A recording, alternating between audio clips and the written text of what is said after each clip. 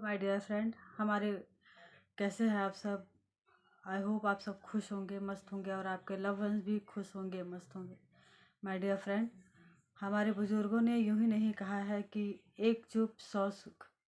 इसके पीछे का जो महान बात है, गहराई की बातें हैं, वो चीज़ हम नहीं समझ सकते हैं। और जब हम समझते हैं तब हमें पता चलता है कि ये कितनी बड़ी और कितनी गहरी बात है। चाहे वो हमारे घर के रिलेशन में हो, परिवारजनों में हो, चाहे हमारे लाइफ स्टाइल में हो, हमारे काम की जगह पे हो या कहीं भी हो, ये हर जगह काम आता है। एक चुप सौ सुख। हर चीज़ को बोल के समझाना या बता के ही बोलना ये ज़रूरी नहीं होता। कभी कभी चुप रहना भी बहुत ज़रूरी होता है। जो चीज़ आप चुप रह के कह सकते हो, वो चीज़ आप बोल के नहीं बता सकते। हो सकता है आप किसी इंसान को आप बहुत समझाने की कोशिश कर रहे हो, पर वो समझने का नाम ही नहीं ले रहे हो, या आपकी बात उन्हें समझ ही नहीं आ रही हो। माय डियर फ्रेंड, अगर आप अचानक से साइलेंस हो जाते हैं, उनको समझाना बंद कर देते हैं, तब वो अपना दिमाग लगाते हैं कि आप आखिर उनसे कह क्या रहे हैं, आप क्या समझाने की कोशिश कर रहे हैं। कई बार हम बोल के नहीं समझा सकते, लेकिन हमारा चुप उन्हें समझा देता है।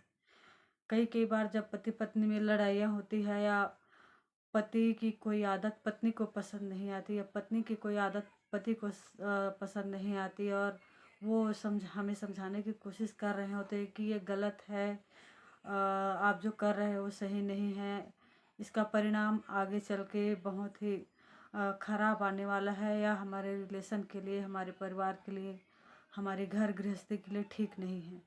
जब वो हमें समझा रहे होते हैं, तब उस वक्त हमें समझ में नहीं आता, और हम अपनी ज़िद में अड़े होते हैं कि मैं जो कह रही हूँ वो सही है।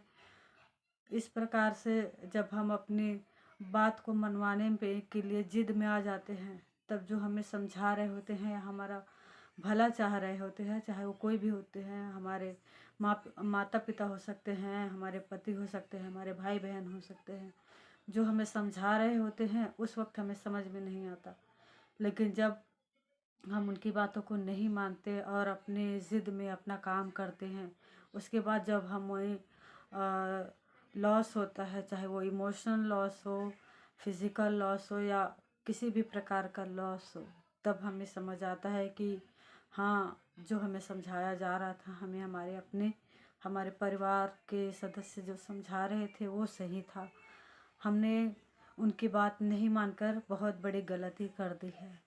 माय डियर फ्रेंड, अगर आपको कोई सही रास्ता दिखा रहा हो, कोई आपको किसी चीज़ के लिए मना कर रहा हो, तो आप बिल्कुल उनकी बात को सुने और समझने का प्रयास करें।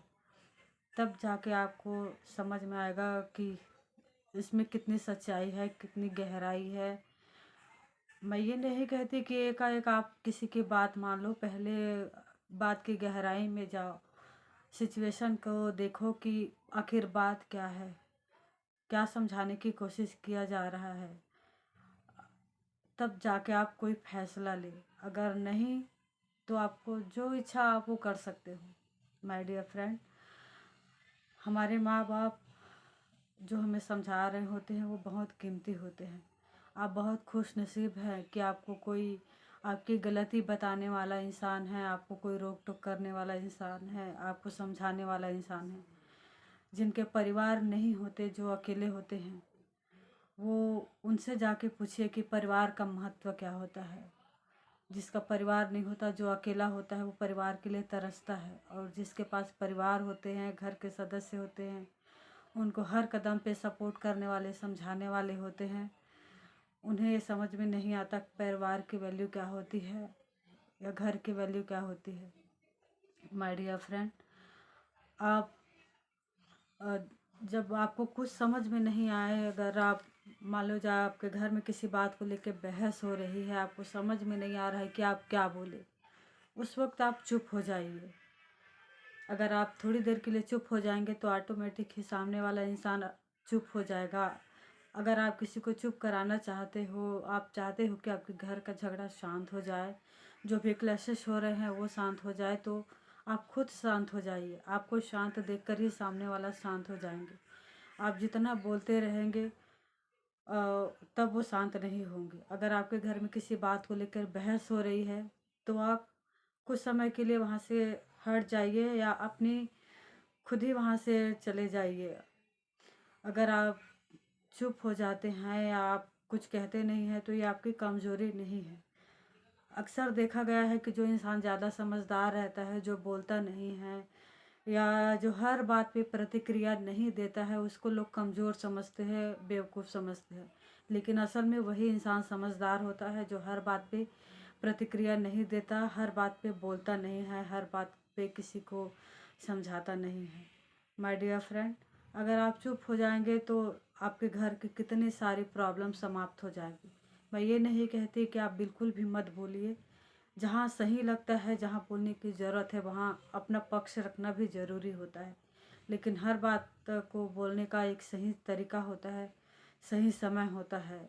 आपकी कही हुई बात किसी को बुरी भी लग सकती है, क्योंकि जब घर में हर कोई गुस्से में होता है या लड़ाई झगड़े चल रहे होते हैं, उस वक्त आप किसी को कितना भी समझाने की कोशिश करो, वो नहीं समझ पाएंगे। चाहे आप सही भी बोल रहे हो तब भी उस वक्त नहीं समझ में आएंगे। उस आपकी बातें किसी को समझ में नहीं आएंगी, क्योंकि उस वक्त हर इंसान गुस्से में होता है। शांति से सुनने का किसी को पास टाइम नहीं होता, इसलिए वो आपकी किसी भी बात को नहीं सुनेंगे। माय डियर फ्रेंड, इसलिए आप समझाने की कोशिश मत कीजिए और थोड़ी देर के लिए उन्हें अकेला छोड़ दीजिए, ताकि वो शांत होकर बात की गहराई को समझ सके। हम न जाने गुस्से में आके अपने घर में अपने परिवार के सदस्यों को पता नहीं क्या कुछ बोल जाते हैं, और वही बात बाद में जब हम शांति से सोचते हैं तब हमें एहसास होता है कि ये बात नहीं बोलनी चाहिए थी।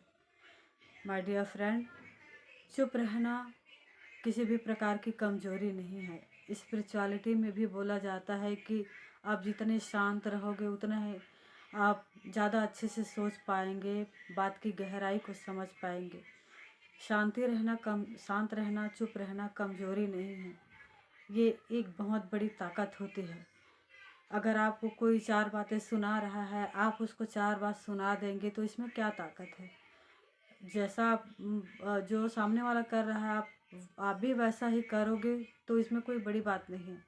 अगर सामने वाला इंसान आपको कुछ भी बोल रहा है, भला बुरा बोल रहा है, अगर आप उस वक्त शांत रह जाते हैं तो ये आपकी बहुत बड़ी ताकत है, क्योंकि शांति सबसे बड़ा गुण होता है, पावर होती है, हमारी ताकत होती है। लेकिन हमारे समाज में चुप रहने को कमज़ोरी समझा जाता है, लेकिन स्पिरिचुअलिटी में इसका बहुत बड़ा महत्व होता है। शांत रहना आपके एक अच्छे व्यक्तित्व को दिखाता है। शांत रहना आपके अच्छी इंसानियत को दिखाता है, आपकी समझदारी को दिखाता है, आपकी मैच्योरिटी को दर्शाता है कि आप कितने शांत व्यक्ति है, कितने सभ्य है, कितने संस्कारी है। ये आपके चुप रहने को दिखाता है, ना कि आपकी कमज़ोरी को। चुप रहना किसी भी प्रकार की कमज़ोरी नहीं है। माय डियर फ्रेंड, जब तक आपके ऊपर ऐसे कोई सिचुएशन नहीं आ जाती तब तक हमें समझ ही नहीं आता है कि क्या ही करें। लेकिन जब हम शांत रहते हैं तो हमें अपनी समस्याओं का समाधान मिलने लगता है। इसीलिए लोग बोलते हैं कि आप शांति जगह पे जाइए, मेडिटेशन कीजिए, अपने लिए टाइम निकालिए। लोग इसीलिए बोलते हैं ताकि आप शांति से अपने घर की हर प्रॉब्लम की सल्यूशन निकाल सकें, क्योंकि जब आप शांत रहेंगे तो आपका दिमाग बहुत अच्छे से काम करेगा। आप किसी चीज़ को अगर भूल गए हो, अगर आपको किसी काम को करने के लिए कोई आइडिया नहीं मिल रहा हो, वो भी आपको शांत रहने से ही मिलेगा, अपने लिए टाइम निकालने से ही मिलेगा। माय डियर फ्रेंड, अगर आपके घर में किसी भी प्रकार की बहस हो रही हो तो आप शांत रहने की कोशिश कीजिए। आप शांत रहेंगे तो सामने वाला अपने आप ही चुप हो जाएगा, और आपके घर का बड़े से बड़ा जो झगड़े हो रहे हैं या किसी भी प्रकार की प्रॉब्लम हो रही होगी, वो अपने आप ही ठीक हो जाएगी। आपको उसमें किसी भी प्रकार का समाधान निकालने की कोई ज़रूरत ही नहीं पड़ेगी। इसीलिए बोलते हैं एक चुप 100 सुख।